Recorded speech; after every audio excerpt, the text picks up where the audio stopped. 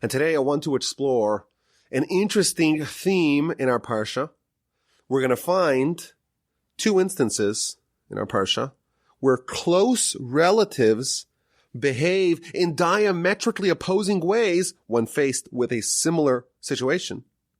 And one of the themes that we've been talking about on the Parsha Podcast recently has been the idea that the deeds and the triumphs and the character of the forebearers influence the character of the progeny. And therefore, whenever we see inconsistencies in behavior between relatives, it does raise some eyebrows. It does raise some questions. And that is what we are going to do today. And I think when we start pulling the strands of this thread and we try to untangle this subject, we find that it appears in all kinds of places in the Torah, and it contains some really fantastic and valuable lessons. I don't want to overhype this.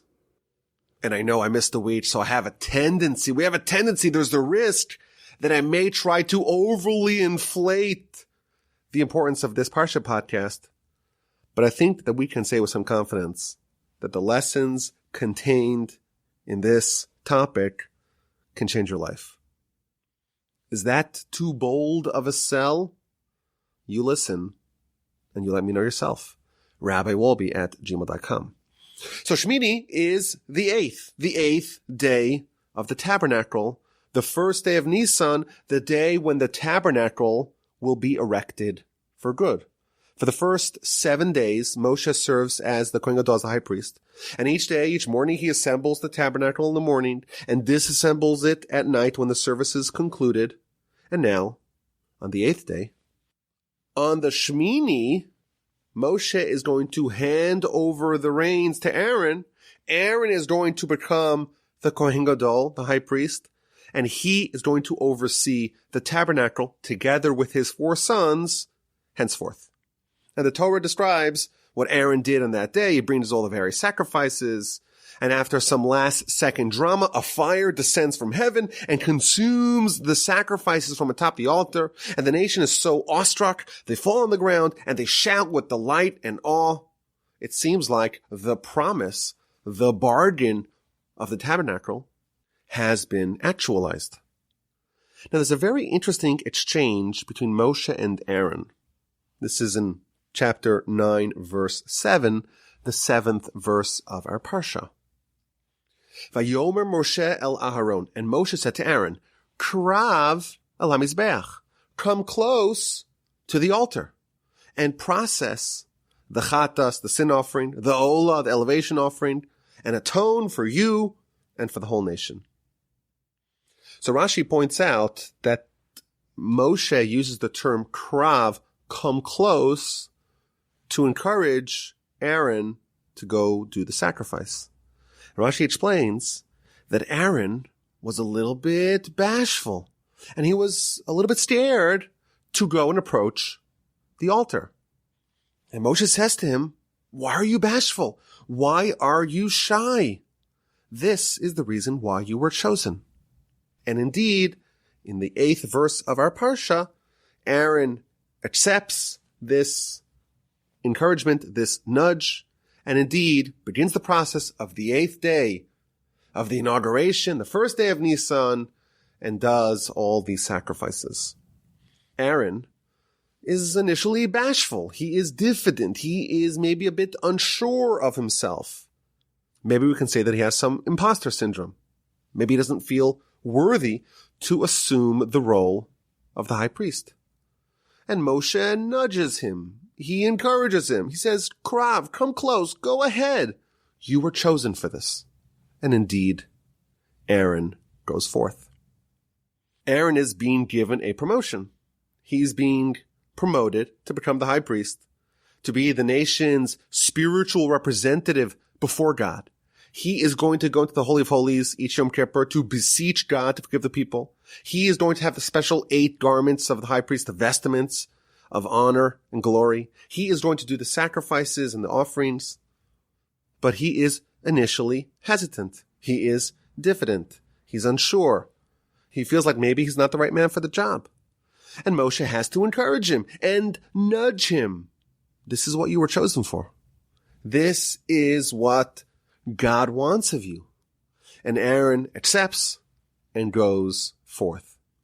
Aaron was too shy, too bashful, and Moshe had to encourage him to assume the role designated for him by God.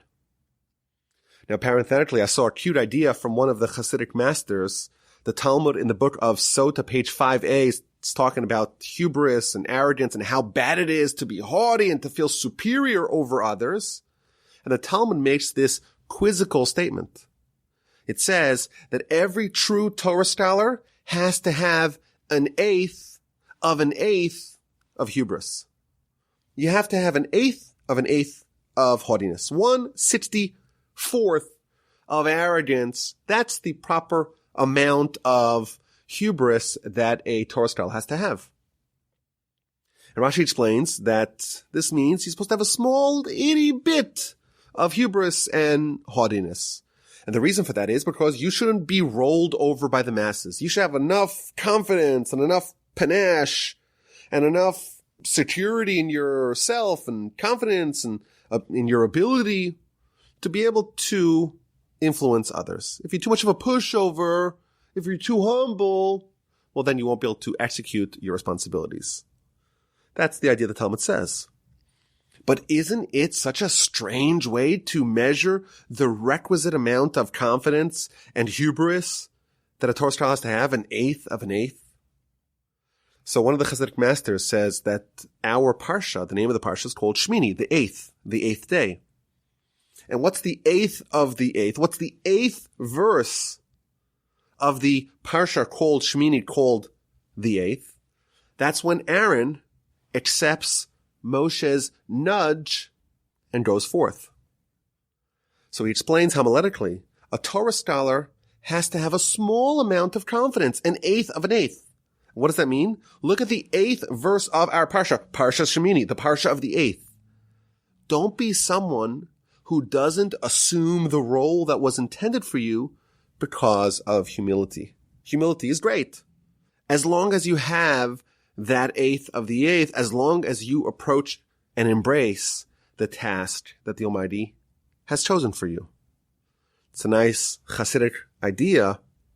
And here we see that Aaron was initially hesitant, and he had to be gently pushed by Moshe to accept the job. Was Aaron eager to do the sacrifices? No, he was not. But he yielded to Moshe's nudge. Now, by contrast, let's look at what happened afterwards with Aaron's two sons, Nadav and Avihu. And this is one of the most troubling episodes of the whole Torah.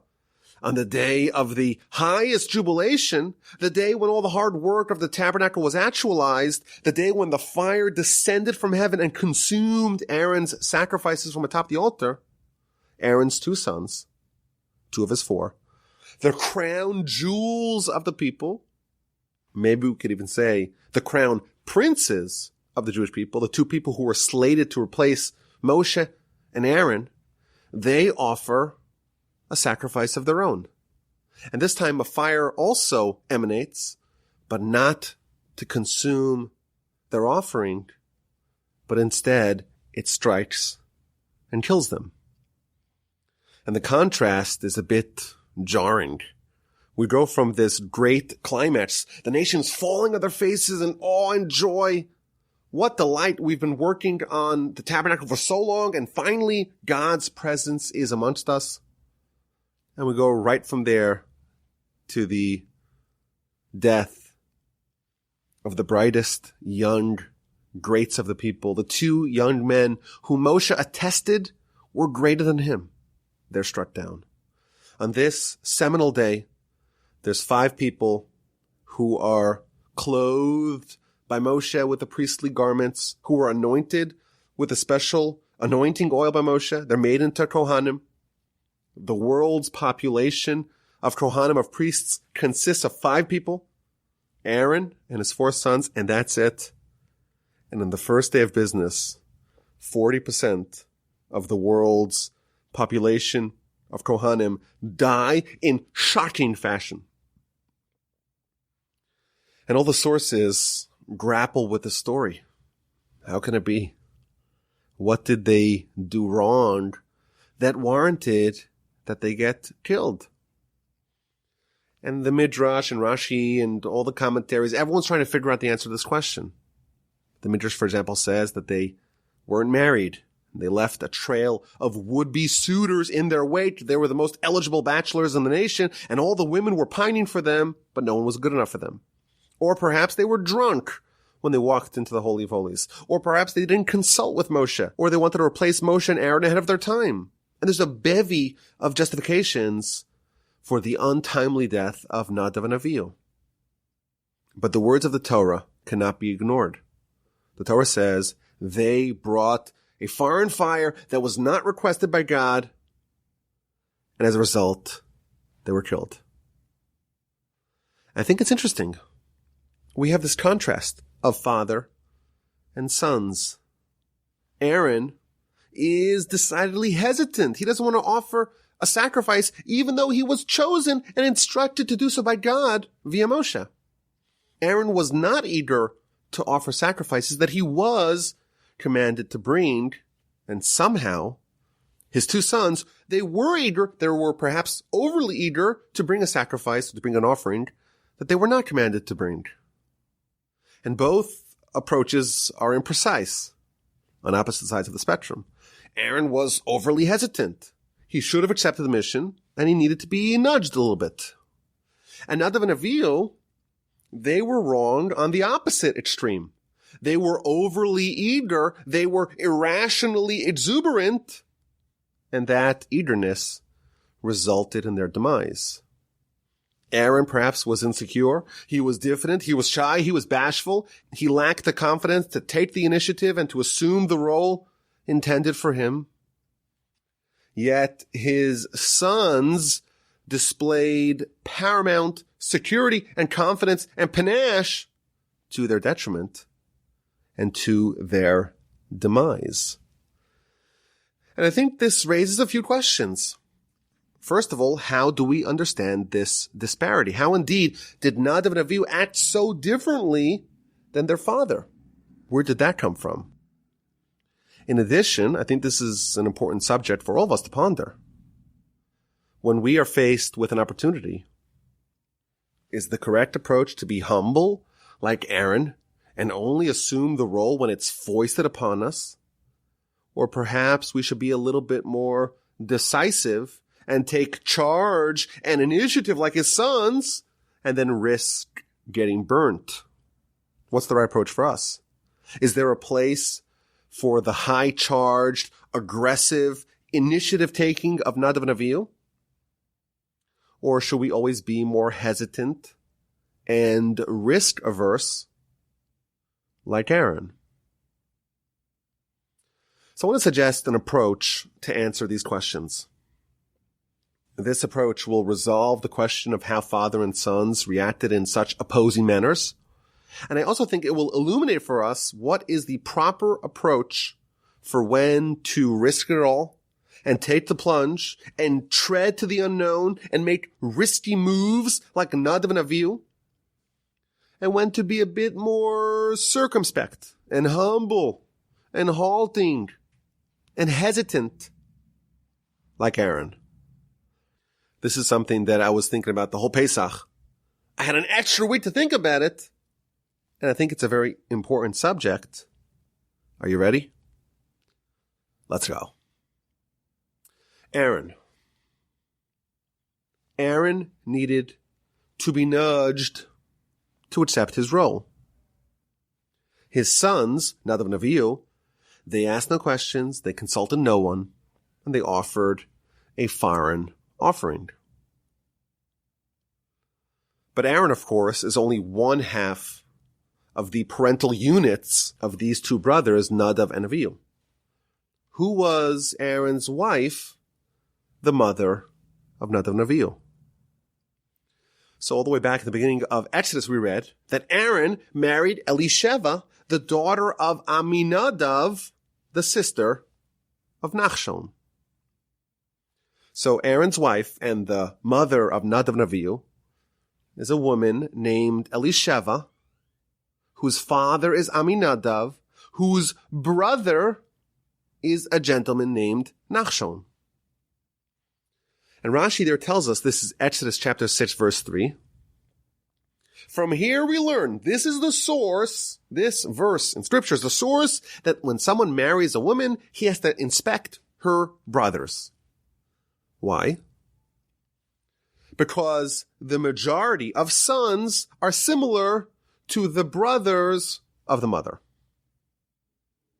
The Talmud here tells us, quoted by Rashi, most sons are similar to their maternal uncles. And when it tells us that Aaron married Elisheva, and it tells us who Elisheva's brothers were, or her brother Nachshon, that is not just random information that we need to know for the genealogical tree. The reason why Aaron married Elisheva is because he inspected her, and he also inspected her brother, and her brother was Nachshon. And this is a lesson for us that when you get married, inspect the presumptive or prospective wife's brothers, because most of your sons will look like their mother's brothers. So it's interesting that the canonical example that when someone marries a woman, you have to inspect her brothers is with respect to Aaron marrying the sister of Nachshon. And thus it's telling us that Aaron's sons were similar to Nachshon, their uncle. So who was Nachshon, Aaron's brother-in-law? Well, he was from the tribe of Judah. He was actually the prince of the tribe of Judah. And in fact, on the same day that Nadav and Avihu, Aaron's sons, died, the princes of the tribes began bringing the inauguration offerings, and that's detailed in Parsha Naso in the book of Numbers.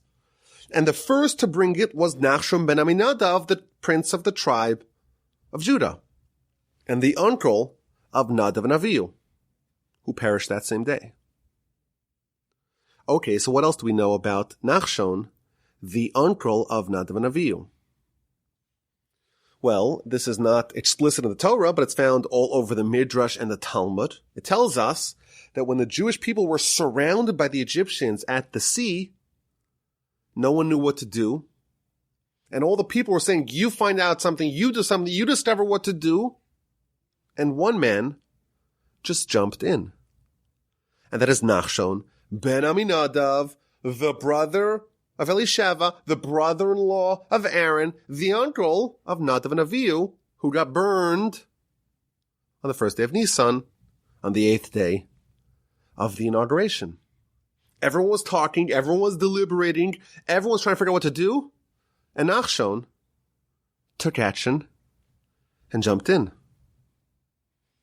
The Talmud continues that the waters actually reached Nachshon's nostrils, and only then, when he could go no further, it split for the whole nation. When everyone was frozen and inactive, Nachshon waited for no instructions, commanded by no one, risked it all, and plunged into the dangerous waters. Continues the Talmud. This is in the book of Sota, page 37a. Therefore, the tribe of Judah was granted to be the kings over the Jewish people. The reason why kings, David, Solomon, etc., Messiah, the reason why they come from the tribe of Judah, it's due to the valorous deed of Nachshon to jump in the water and to split the sea when everyone else was waiting for instructions. And remember, this is the canonical source that sons adopt the characteristics of their maternal uncles. The Torah is telling us that Aaron's sons were influenced by their mother's brother, by Nachshon. So to our original question, how did the sons display such opposing character than their father? Here's the answer. Aaron was humble. He wasn't eager. He needed a boost. He needed a nudge. But his sons, Nadav and Avihu, they were like Uncle Nachshon. Before the splitting of the sea, Nachshon jumped into the danger. He plunged into the water. He asked no one. He didn't hesitate. He took initiative. He took action. He risked it all. And this influence went via his sister Elisheva into her and Aaron's sons, Nadav and Avihu, and they too took a risk and plunged into danger. And they too had a tendency to act unilaterally, without consulting anyone. Maybe they too had a bit too much of an appetite for risk. And they go ahead and they offer an unrequested sacrifice. So question number 1 has been resolved. Aaron was perhaps a bit timid, indecisive, not confident in his own ability. Maybe we can suggest that when he sought a wife, he looked at her brothers to see what character they had, and he chose Elisheva because her brother was Nachshon, and he felt that that maybe would balance things out. His children will be influenced by their uncle, and boy, was Nachshon's influence manifested in his sons. Nadav and Avihu, like Uncle Nachshon, were risk takers and mavericks. But unfortunately, that proved fatal for them. And this brings us to the second question. What indeed is the proper approach? Should we be bold like Nachshon and Nadav and Avihu? Or more hesitant and humble and halting and diffident like Aaron? I think now the question is a little bit sharper. The Talmud tells us that the reason why Judah is the tribe of kings is because of Nachshon's bravery and guts to plunge into the water. Evidently, Nachshon's risk-taking, without asking anyone, without consultation, is a good thing. It's admirable. It's gallantry worthy of a king. Yet when his nephews do ostensibly the exact same thing, they too plunge into the unknown. They too enter the Holy of Holies, and they say, I'm not asking anyone, I'm going to just do it.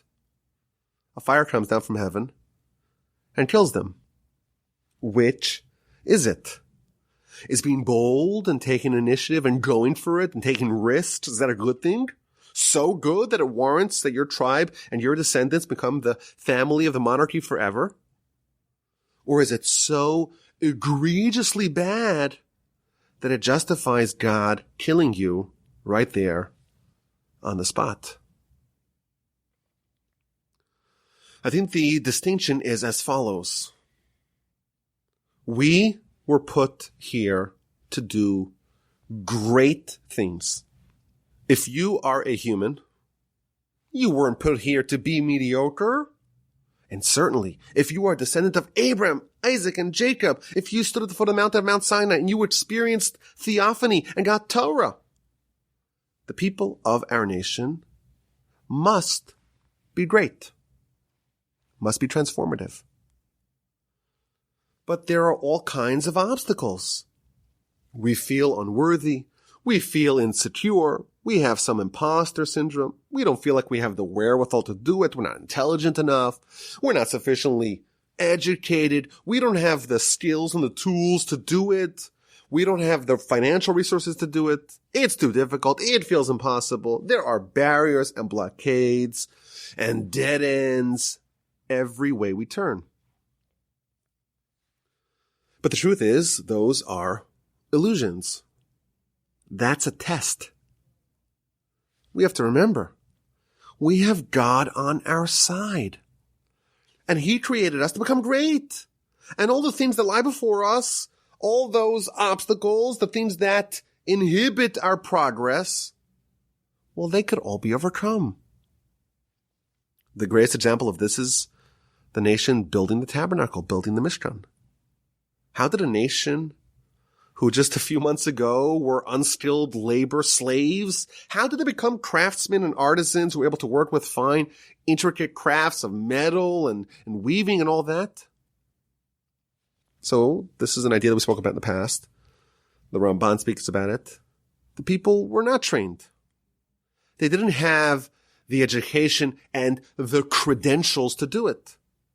They didn't even have someone to mentor them. They hadn't even done an apprenticeship in all these skills. But you know what? They wanted to do it. And they went to Moshe and they said, I'm in.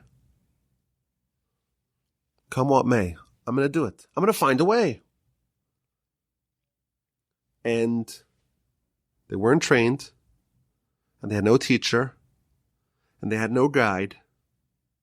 But they managed to batter through their perceived problems and do it. If there's a will, there's a way. If the Almighty wants me to do it, nothing will stand in my way. Take initiative, and you will succeed.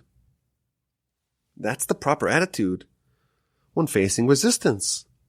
Nachshon embodied this more than anyone else, and he was designated to become the father of kings. And it's not only Nachshon. He comes from a long line of people who act perhaps a bit what we would classify as recklessly, and they take risks by following their conviction, come what may. Judah, of course, the forebearer of the tribe of Judah, he was brave. He was a risk taker. He even threatened Joseph, the king, before he knew it was Joseph. He said to him, I'll kill you if you don't release Benjamin. Oh, and Nachshon's other antecedent, Tamar, boy, did she ever take a risk and do something reckless because of her conviction. Well, who is Judah and Tamar's son and the forebearer of Nachshon? They had twins, if you remember Genesis chapter 38, Peretz and Zerach. Zerach stitched his hand out, and Peretz bursts out first. In fact, the name Peretz, which means to breach, as in to breach an impregnable wall, signifies this attitude. This is the attribute of kings. They don't see any problems. They go for it. They take initiative. They breach the walls of resistance and forge ahead. In fact, the Talmud actually describes a king as someone who is poretz, who breaches the wall to make a path. A king, by definition, is someone who sees paths and opportunities everywhere. The barriers are something that need to be breached. That's Judah, that's Peretz, that's Nachshon, that's King David, that's Messiah, that's the monarchy. Enter Nadav and Avihu. These are the sons of Aaron, but they're also the nephews of Nachshon. And they act like Uncle Nachshon. They take action. They don't wait around. They don't consult. They do. They act. I wanted to speculate that this is even evident in their names. The word Nadav means when someone is inspired to do and to give. And it's used frequently in describing the patrons of the tabernacle and the building of the tabernacle. And just like the people who contributed to the tabernacle did not necessarily have the talent or the wherewithal to do it, they willed themselves to contribute. And it worked out marvelously. I don't have the talent? So what? Figure it out. I don't have the money? I'll donate. And it will work out. That's Nadav. He said, I will do something, even though I don't have the authorization, even though I'm not following proper protocol, whatever. I'm doing it anyhow.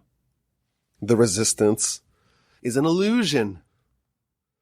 And his brother is Avihu.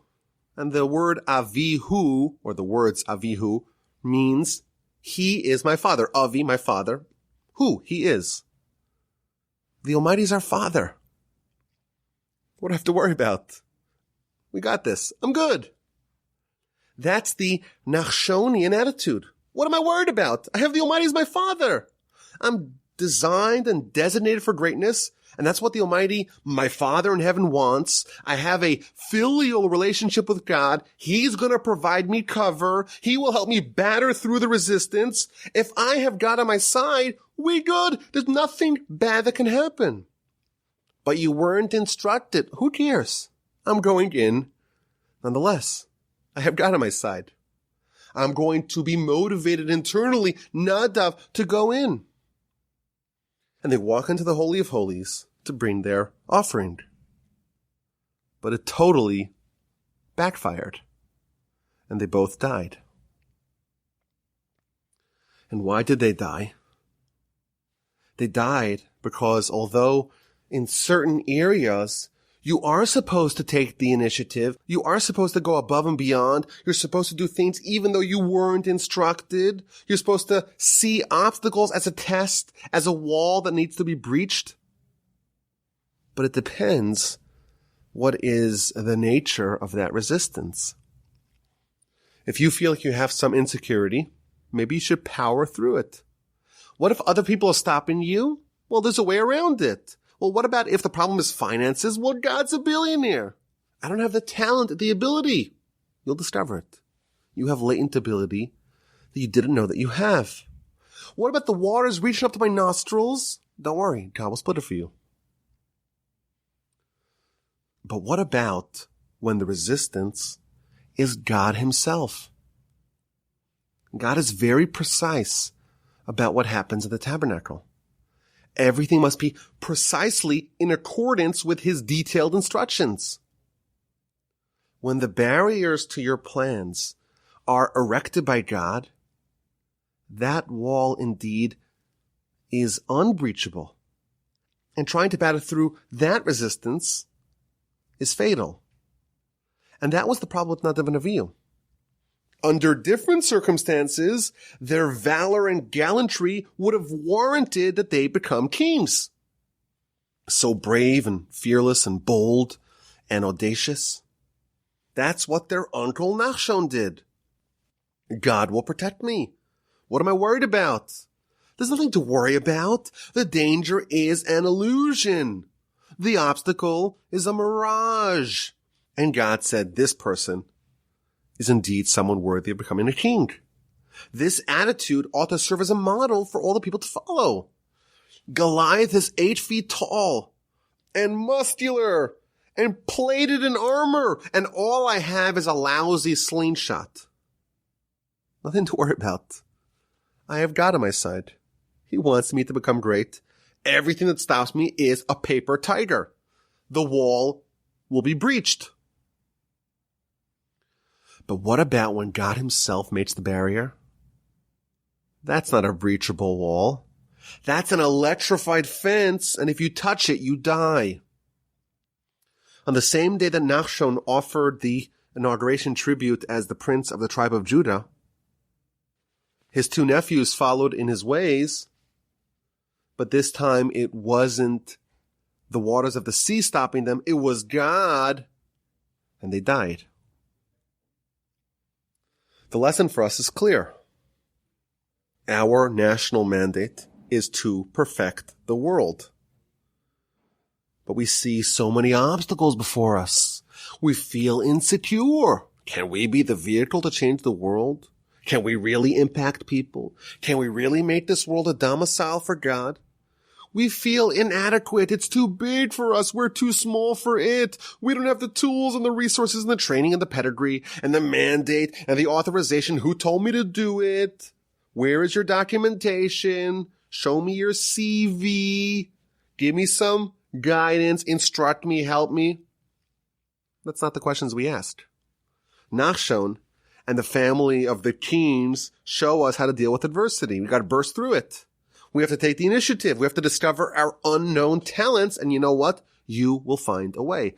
Muster up the courage and the bravado and the panache and be a little braggadocious, maybe 1/8 of an eighth, and recognize that this is what the Almighty wants of you. Those obstacles, that's a test. Unless those obstacles are the will of God, trying to breach that fence is futile and fatal. Okay, let's get to this week's A and Q. Now, if you don't know what A and Q is, or if this is the first time that you are listening to the Parsha Podcast, well, first of all, welcome. Great to have you here. But also, maybe you forgot over Pesach, what's A and Q? A and Q stands for answers and questions. Well, Rabbi, isn't it questions and answers? No, it's the opposite.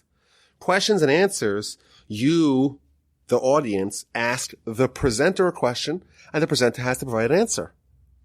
Here it's the opposite. On the Parsha Podcast, it's the opposite. It's A and Q, answers and questions, because I am going to provide you with a question. And if you have an answer, send it to me, chew over the question, come up with an answer. That's the challenge, and that is the A and Q. So here is this week's A and Q. In our Parsha, it tells us about the laws of kosher and the animals that are kosher and the ones that are not kosher. And Rashi tells us something really interesting. Rashi tells us that there was an element of show and tell with respect to the animals that are kosher or not kosher. The verse tells us that Moshe told the Jewish people, Zos hachaya, this is the animal that's kosher, and this is the animal that's not kosher. Says Rashi, this teaches us that Moshe held in his hand an animal and says, this one's kosher. And then he held a second animal and says, this one's not kosher. And then he did that with the fish, and he did that with the birds, and he did that with the creepy crawlers. With every animal that he mentioned, kosher, not kosher, he did a live demonstration. He did a show and tell. This is kosher, and this is not kosher. Now, Rashi sources this from the Midrash. The Talmud has a slightly different way of telling over the story. It wasn't that Moshe did show and tell for the Jewish people. It was that God did show and tell for Moshe and lifted every animal. This is kosher, this is not kosher. But regardless, there was an animal by animal display. This, yes, this, no. And here's this week's A and Q. Other laws did not get a visual demonstration. Why specifically are the laws of kosher and non-kosher animals the only ones to get a live demonstration? This animal's kosher, this animal's not kosher. To just say, hey, let me give you a list. These animals are kosher, these animals are not kosher. Without the show and tell, you would imagine the people could figure it out. Camel, not kosher. Make a whole long list. The bovines, they're kosher. The birds, well, it depends. This kosher, this and this not kosher. Why does it have to be visualized? Why specifically are the kosher animals, the not kosher animals displayed, show and tell to the Jewish people, and the rest of the other laws are not conveyed in that visual manner? If you have an answer to this question, send me an email, rabbiwolbe@gmail.com. Now, typically at this juncture of the podcast, I like to talk about last week's A and Q and share with y'all an answer for last week. But last week we didn't have a Parsha podcast. And the previous week we asked the question on Pesach, and that's not really relevant anymore.